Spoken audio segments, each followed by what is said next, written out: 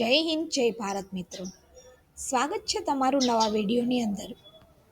આ વિડીયો છે એની અંદર આપણે ચર્ચા કરીશું કે એસટીના બસના ભાડાની અંદર સરકારે 10% વધારો કર્યો છે. આનાથી 27 લાખ જેટલા જે મુસાફરો છે એને અસર થવાની છે. હવે કઈ જગ્યાએથી કઈ જગ્યાએ જવા માટે કેટલો વધારો થયો છે, પહેલાં ટિકિટ કેટલી હતી, હવે ટિકિટ કેટલી થઈ છે, અને ત્યારબાદ હવે આપણે વાત કરીએ તો એક સરકારની મન ફાવે ત્યાં ફરો યોજના છે ચાલે છે. ઉનાળુ વેકેશન છે એ નજીક આવી રહ્યું છે. એવામાં તમે જો ફરવાનું વિચારતા હોય તો એસટીના ભાડા તો વધી ગયા છે, પરંતુ મન ફાવે યોજના અંતર્ગત તમે ગમે ત્યાં મફતની અંદર મિનિમમ ભાડું દઈ અને ફરી શકો છો. એના માટે શું તમારે કરવાનું રહેશે, શું સુવિધા છે, એની આપણે વિડીયોની અંદર ચર્ચા કરીશું. સૌથી પહેલાં તો આપણે ભાડા કેટલા વધ્યા છે એના વિશે વાત કરીએ કે ગુજરાત એસટીની તમામ બસના ભાડાની અંદર 28મી માર્ચની મધ્યરાત એટલે કે 29 માર્ચ 2025થી 10% વધારો છે એ કરવામાં આવ્યો છે.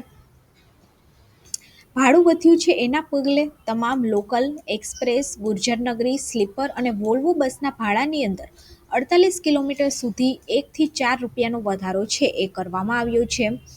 એસટી નિગમના જે અધિકારી છે એને જણાવ્યું છે કે નિગમ દ્વારા 8,000 જેટલી બસ છે એ દરરોજ ચાલે છે. આની અંદર 32 લાખ કિલોમીટર સુધીનું વધુ અંતર કાપી અને 27 લાખ જેટલા મુસાફરો છે એ દરરોજ પરિવહન કરી રહ્યા છે. તેની સાથે સાથે નવી બસનો કાફલો છે એ પણ ઉમેરવામાં આવ્યો છે અને રાજ્યના તમામ મુખ્ય બસ મથકને આધુનિક બનાવવાનું કામ છે એ પણ રાજ્યની અંદર ચાલી રહ્યું છે. હવે 10 વર્ષમાં આપણે વાત કરીએ તો ડીઝલના ભાવ છે લગભગ બમણા થઈ ગયા છે અને સાથે સાથે ટાયર ટ્યુબ અને સ્પેર પાર્ટના જે ભાવ છે એ પણ વધ્યા છે. આનાથી નિગમે ના છૂટકે 2023ની અંદર 68% વધારો કર્યો હતો અને ત્યારબાદ હવે આપણે વાત કરીએ તો અત્યારે જે ભાડું છે એ 10% વધ્યું છે.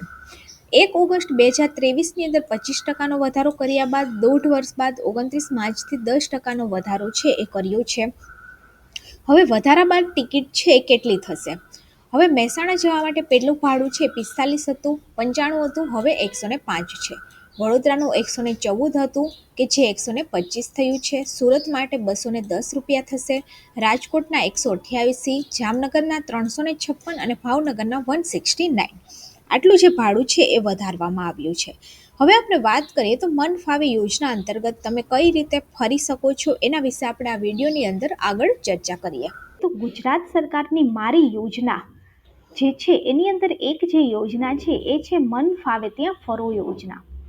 હવે આ યોજના અંતર્ગત વ્યક્તિ એક વખતનું ભાડું ચૂકવી પાસ છે એ કઢાવી શકે છે અને ત્યાર પછી આખા ગુજરાતની અંદર ગમે ત્યાં છે એ ફરી શકે છે. આ યોજના જે છે એ 4 દિવસ અને 7 દિવસ એમ 2 પ્રકારની અમલમાં છે. આ યોજના અંતર્ગત જીએસઆરટીસી એટલે કે એસટીની કોઈ પણ બસમાં મુસાફરી કરી તમે પ્રવાસનો જે આનંદ છે એ માણી શકો છો. હવે આપણે વાત કરીએ તો હાલ રાજ્ય સરકારના વિવિધ વિભાગોની જન કલ્યાણકારી યોજનાઓની માહિતી સામાન્ય નાગરિકોને એક જ ડિજિટલ પ્લેટફોર્મ પર સરળતાથી મળી રહે તેવા ઉદ્દેશ્યથી મારી યોજના જે પોર્ટલ છે એનું નિર્માણ કરવામાં આવ્યું છે.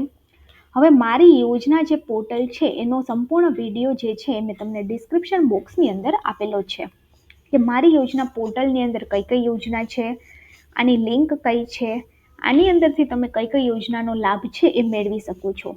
આ પોર્ટલની આપણે વાત કરીએ તો આની અંદર કેન્દ્ર અને રાજ્ય સરકારની 680થી પણ વધુ યોજનાઓ છે એ આની અંદર ઉપલબ્ધ છે. હવે જે મન ફાવો ત્યાં ફરો યોજના જે છે એ 2011થી લાગુ કરવામાં આવી છે અને એસટી વિભાગનું જે કોઈ પણ ડેપો છે ત્યાંથી તમે એક સિમ્પલ અરજી કરી અને પાસ છે એ કઢાવી શકો છો. આ જે યોજના છે એ 4 દિવસ અને 7 દિવસની અંદર લાગુ પડે છે. હવે આપણે વાત કરીએ તો મન ફાવે ત્યાં ફરો યોજના 7 દિવસની આપણે વાત કરીએ તો આની અંદર જે ભાડું છે આ પ્રમાણે રહેશે કે લોકલ, એક્સપ્રેસ અને ગુર્જરનગરી જે છે એની અંદર પુખ્ત વયના 1200 રૂપિયા અને પીક સિઝનનું ભાડું છે અને આ જે છે એ સ્લેક સિઝનનું ભાડું છે. તો આવી રીતે ભાડું છે એ આની અંદર આપેલું છે અને સ્લીપિંગ કોચની અંદર 50 રૂપિયા ચાર્જ છે એ વધારે ભરવાનો રહેશે. તો આ 7 દિવસ માટેની યોજના છે. અને આ જે છે એ 4 દિવસના પાસની યોજના છે કે આની અંદર પણ લોકલ એક્સપ્રેસ ગુર્જર નગરી જે છે એમાં પુખ્ત વયના 700 રૂપિયા, પીક સિઝનની અંદર અને સ્લેક સિઝનની અંદર 650 રૂપિયા. એવી રીતે luxury, sleeper coach, AC coach અને વોલ્વો આ બધી જ કેટેગરી પ્રમાણે અહીંયા ભાવ છે આપેલા છે. હવે આનો લાભ લેવા માટે તમારે આ જે ફોર્મ છે એ નજીકનું જે ડેપો હોય છે ત્યાં જઈ અને આપવાનો હોય છે.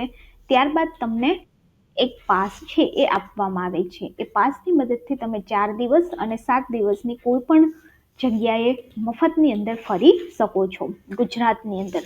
તો જો વિડીયો સારો લાગે તો વિડીયોને લાઇક કરી દેજો અને ગવર્મેન્ટ સાથી ચેનલને સબસ્ક્રાઈબ કરી દેજો.